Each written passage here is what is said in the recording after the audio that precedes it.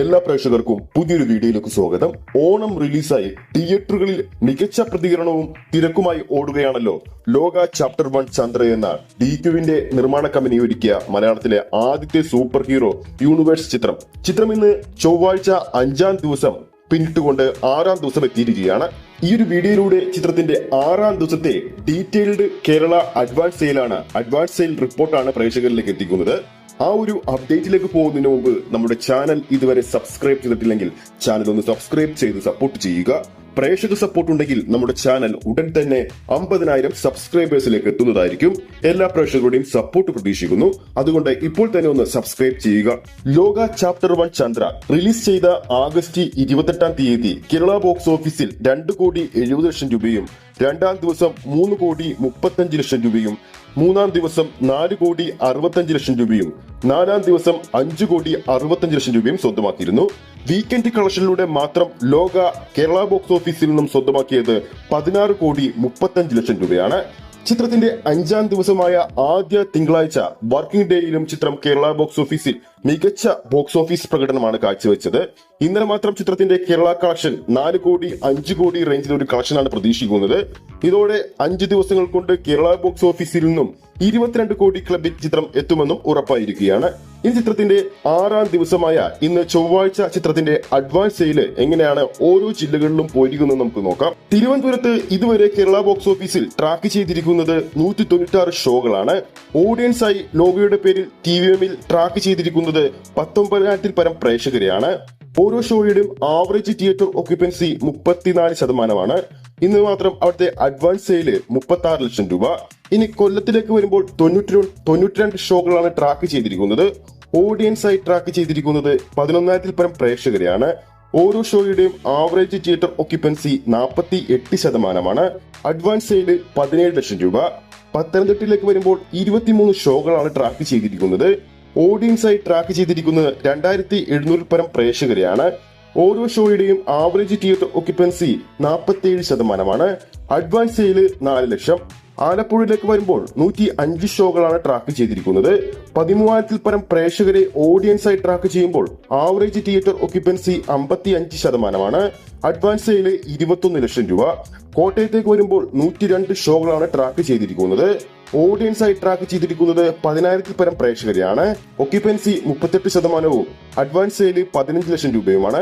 ഇനി ഇടുക്കിയിലേക്ക് വരുമ്പോൾ 34 ഷോകളാണ് ട്രാക്ക് ചെയ്തിരിക്കുന്നത്. ഓഡിയൻസ് ആയി ട്രാക്ക് ചെയ്തിരിക്കുന്നത് 3,300-ൽ പരം പ്രേക്ഷകരെയാണ്. Average theatre occupancy 43%. Advance sale 5 lakh രൂപയുമാണ്. കോട്ടയത്തിലേക്ക് വരുമ്പോൾ 102 ഷോകളാണ് ട്രാക്ക് ചെയ്തിരിക്കുന്നത്. 10,000-ൽ പരം പ്രേക്ഷകരെ ഓഡിയൻസ് ആയി ട്രാക്ക് ചെയ്യുമ്പോൾ 38% ആവറേജ് തിയേറ്റർ ഓക്യുപ്പൻസി.